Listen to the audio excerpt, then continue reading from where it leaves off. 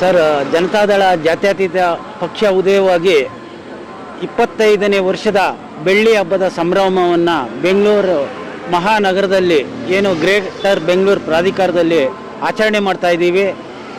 ನಾವು ಕಾರ್ಯಕರ್ತರು, ಮುಖಂಡರು ಮತ್ತು ಎಲ್ಲ ಪಕ್ಷದ ಏನು ನಿಷ್ಠಾವಂತರು ಮತ್ತು ಬೆಂಬಲಿಗರು ಒಂದು ಹುಮ್ಮಸ್ಸಿನಿಂದ ಭಾಗವಹಿಸ್ತಾ ಇದ್ದೀವಿ. ಮತ್ತು ಈ ಕಾರ್ಯಕ್ರಮ ತುಂಬ ಯಶಸ್ವಿಯಾಗಿ ಏನು ಒಂದು ಇತಿಹಾಸ ನಿರ್ಮಾಣ ಮಾಡುತ್ತೆ ಅಂತ ನಾನು ಈ ಸಂದರ್ಭದಲ್ಲಿ ಇಚ್ಛೆ ಪಡ್ತೀನಿ ಸರ್ ಹೇಳೋದಕ್ಕೆ. ಸೊ ಇವಾಗ ಅಂದರೆ ಈ ಸಮಾವೇಶ GBA ಎಲೆಕ್ಷನ್ಗೆ ಮುನ್ನಡೆ ಆಗುತ್ತಾ ಹೇಗೆ ಸರ್? 100% ಸರ್.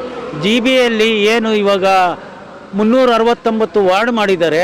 ನಾವು 369 ಅಭ್ಯರ್ಥಿಗಳನ್ನು ನಿಲ್ಲಿಸೋದಕ್ಕೆ ತಯಾರು ಮಾಡ್ತಾ ಇದ್ದೀವಿ.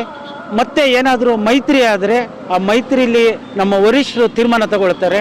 ಆದರೆ ನಾವು ಏನು 28 ಕ್ಷೇತ್ರ 369 ವಾರ್ಡ್ಗೂ ಅಭ್ಯರ್ಥಿಗಳಾಗಬೇಕು ಅಂದ್ಬಿಟ್ಟು ನಾವು ಬಯಸಿದ್ದೀವಿ ಸರ್.